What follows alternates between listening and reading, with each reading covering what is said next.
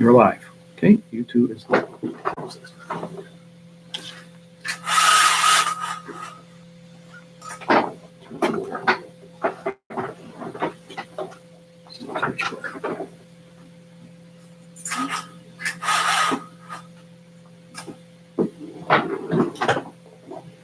Much better.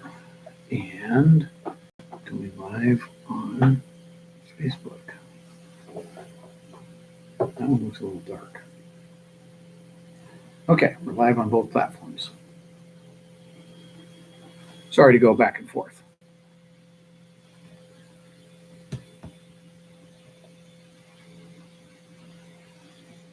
Just give it a few minutes to let people find me and join me. If you're on YouTube, I see there's a few people already on there. Hello, welcome to my Capitol office and its interim. And for those of you who just joined us on Facebook Live, welcome to the Capitol. I'm going to talk to you about something more specific today. I don't mind taking questions, and I'll answer your questions if I can, but if you can hold off on those before you start rolling those questions and comments through. I want to get through what I want to get through first, which is really important, and then we'll come to your questions and spend a little time doing that. So let me give it a couple more minutes till we have some people joining us. And of course, don't forget always, whether it's on Facebook or YouTube, when we're done with the live video, it immediately puts it on the platform as a recorded video, so you'll be able to go back and watch this afterwards. And I would ask if you would, when you see the video, whether live or recorded, if you would share it on your Facebook pages, because I think some of the information I'm going to give you today is really important for a lot of people in Oregon. How's my audio level? Good? Okay. I think we're gonna break into the campaign cache and buy a tripod camera. I don't know. It's just a thought. I don't know. If you want to donate money, no, I'm kidding. You have a camera. Anyway, it's important information. So if you can share it on your Facebook pages, and if you're on YouTube, subscribe to my YouTube page and then share that as well. That would be great. The more we can get this word out, it's really important. Okay, so we've got a few people jumped in, and I know it's a weird time of the day. It is 2:08 in the afternoon on a Thursday, so it's kind of a weird time of the day, but I was in the office, and my intrepid legislative director was here as well, and so we have two laptops so that we could do this. And intrepid, isn't that a great word? Don't you feel intrepid? She doesn't feel intrepid. But she is strengthened. She is so strengthened. It's amazing. I mean, it's just like this. Okay. Anyway, all right. Voter registration. This is a very serious issue. As I asked you, for those of you who are on Facebook, I asked you to send me examples of how you found or believed that your voter registration may have changed. I want to walk you through some information that I have right now, but with the caveat that there'll be much more complete information later. I'm going to go on vacation next week for a little while, and when I come back, I hope to have this investigation completed. So the first thing I want to do is give absolute credit to our new Secretary of State, Bev Clarno, and our Deputy Secretary of State, Rich Vial, the former state representative from House District 26. The two of them were right here at this table Monday, and we had a great meeting. I turned over to them multiple examples of what you had sent to me of voter registration, where, for instance, somebody said I was a Republican or I was a Democrat, and I was re-registered as a non-affiliated voter, NAV. I'll try to make sure I'm very carefully explaining these terms to you, because a lot of times they fly by you because we're in this building and we get used to using acronyms and we forget that people don't even know what those are. NAV, non-affiliated voter. Very important to remember that. The reason that's important is because Motor Voter, which was installed back in 2015 by this legislature, made it so that when you go in and get your driver's license or renew your driver's license, you are automatically registered to vote. whether you wanted to vote or not. You're registered to vote. Now, what's happening from what I understand is you're automatically registered to vote as a non-affiliated voter, NAV, unless you check the box on a little postcard that comes to your house that says Republican, Democrat, Independent, whatever the other parties are. And if you don't check that box, you are automatically registered as a non-affiliated voter. Now, the question is that I'm trying to get to is, if I'm already registered, in my case as a Republican, if I'm already registered as a Republican and I go renew my driver's license, am I automatically re-registered as a non-affiliated voter?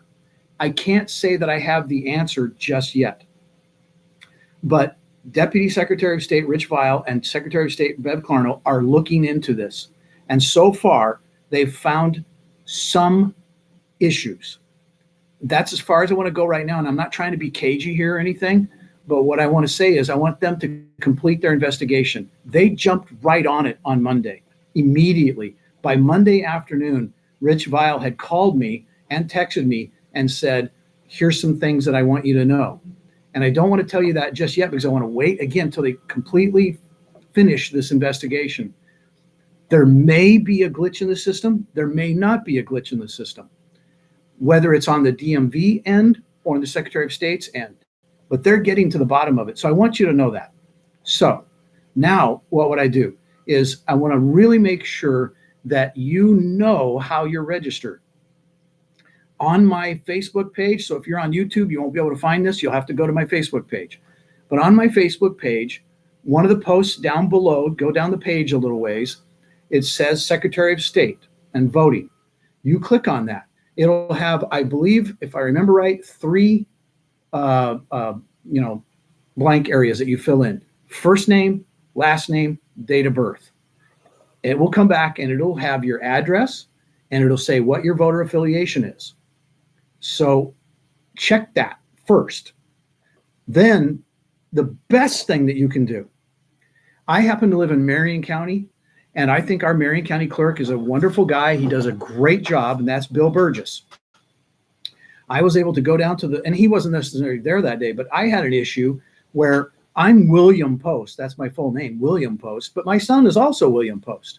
And when he was still living in our house, when he was younger, we would get ballots, 2 William Post ballots. Well, which one's his and which one's mine? And did it matter? Well, yeah, because there's coding and barcodes and whatnot. So we found that it was easier for me to go down to my county clerk's office and to re-register as Bill Post. So now when my son's on his own, lives in his own house now, but towards the end of that time, when William Post came, we knew that was his. And when Bill Post came, that was mine. The reason I tell you that story is it's really important that you understand how you are registered. So if you are Jane Doe, but you go by Janet Doe, whatever you registered is what your registration is going to say. And that's confusing a lot of people. Well, my full name is Janet R. Doe, but I go by Jane. Well, but what did you register as? So I think that's really important. A lot of people have communicated with me and said, well, I typed in what you said, Bill. I put my first, my last, my birth date in, and I don't come up at all. Well, are you Jane or Janet? How did you register? Does that make sense? I hope that makes sense because it's really important. That's where the county clerk comes in. And I know almost all the county clerks in the state, not personally, but I've ran into them, I've met them at conventions and whatnot, and they're fantastic people. And they want nothing more than to help you get registered and to help you get your ballot.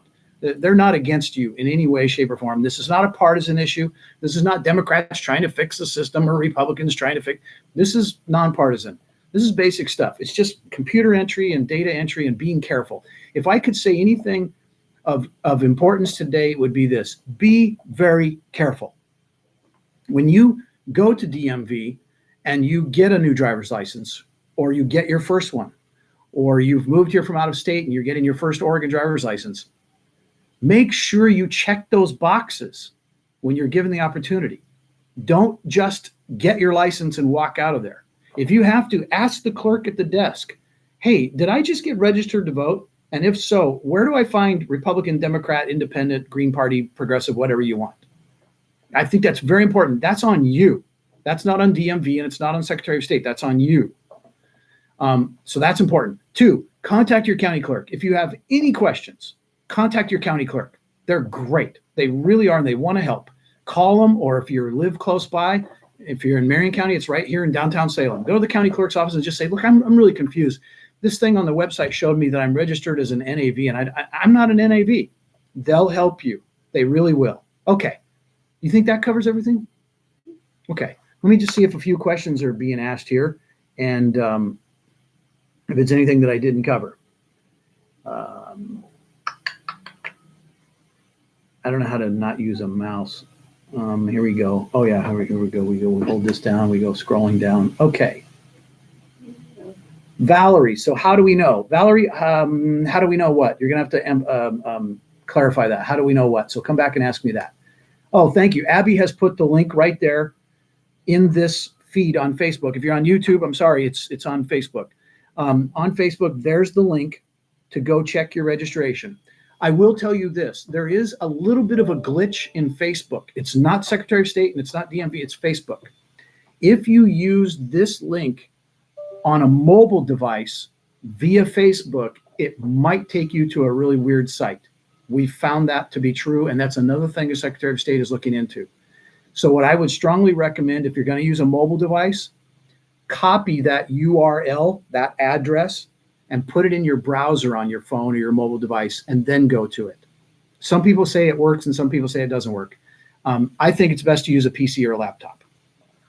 Just my opinion.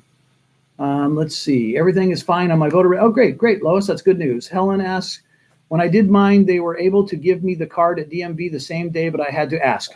That's a great point. So I found out from Deputy Secretary of State Rich Vial that they send that postcard out that says, do you want to register as blah, blah, blah, blah, blah. And if they don't get it back in 21 days, you stay non-affiliated voter. Also, if your address changes, and I'll tell you this, a real quick story about my own son. We found out, and thank you again, Rich Vial. He dug this up for me. I gave him permission. My son gave him permission. He looked up his records, and he found out my son's address had changed from Avenue to Drive. And so the post office this time was the one that kind of made the screw up, because the post office renamed his address from Avenue to Drive or Drive to Avenue, I forget which. But because of that, his voter registration card did not come to his house. It got sent back to the Secretary of State's office. And then when they don't hear from you in 21 days, they automatically say, well, I guess you're not affiliated. Ask for the card at DMV. I should have changed it to Billiam Post. Yeah, you're a funny guy, Rob. Let's see. Bill says, yes, and be careful about your signature. Could also make your vote ineligible. That's another great point. Remember when I said I changed mine from William Post to Bill Post? Well, obviously I signed William a little different than I do Bill. And if you're, and this leads me to another thing. Again, my county clerk, Bill Burgess, was very helpful. He showed me the process that they go through to check signatures. So they have on their computers at every county clerk in the state, all 36 counties, they have your signature on file, how you registered. So the first time you registered and you signed Bill Post, they have that on a digital file on a computer. And so here comes your ballot. And they compare. And they have a skill set, I don't know what else I would call it, to be able to, they can, that L goes that way and that T goes that way. They're not signature experts, but they're darn close. And they showed me mine. They said, see how your L's go this way and your T goes that way? We knew that was you, even though it's slightly different than the original signature. So they're really good about that. But if they're not sure, the first thing they do is they called me. They immediately called me and they said, Mr. Post, I think this is your ballot, but we're not positive this is your signature. Could you come down and verify? And bam, I was down there and said, yeah, that's me. So great point, Bill McNamara. I appreciate you saying that. Okay. Sounds like we don't have a lot of questions today, so that's good. If you have further questions, feel free to jump in here on either the Facebook or the YouTube, whatever you call this, comment, chat bar, whatever you want to call it over here, and chat away. Ask me questions. I'll try to answer them if I can. But I'll have more news. there's more news. This investigation from the Secretary of State's office is going to be good. And I think we're going to find out some interesting things. I will say this. I don't think it's a conspiracy. I do not think that it's anything bad that's going on. I do not think that it's anybody's trying to fix the system against you or me or anybody else. I really don't. I'm very confident in the Secretary of State. I had a great meeting with the two of them the other day, and it was well worth my time. And I'll be telling you more about it. Okay. If you haven't already, the last thing I'll say is we sent our end of the year session sort of post-session letter. It comes from this office. It's not a campaign related thing. It's not Friends of Bill Post. It's not any of that stuff. It's from my legislative account here. So it's nonpartisan, so to speak. And if you live in House District 25, you should receive either a hard copy letter. I think it hit mailboxes yesterday, may hit today for some of you. If you live outside of my district, I put a link to it on my Facebook page, and you can sure look at it and read it. And it's just basically, here's the bills that we passed, here's the bills that we didn't pass, and here's sort of a summary of what happened this session. So hopefully that's helpful to some people. Okay, I think that about wraps it up. Unless you can think of anything else that you would like to hear today. I know, again, this is kind of a weird time of the day, 2 o'clock in the afternoon on a Thursday, so probably not as many people watching as what might normally watch. But I hope that was helpful, and go back and watch the replay if that's helpful too, and share it and spread it around if you can. Have a great weekend, and we'll talk to you when I get back from my vacation. Can I just say it involves trade winds, white sand, and hula skirts. Okay, have a great day.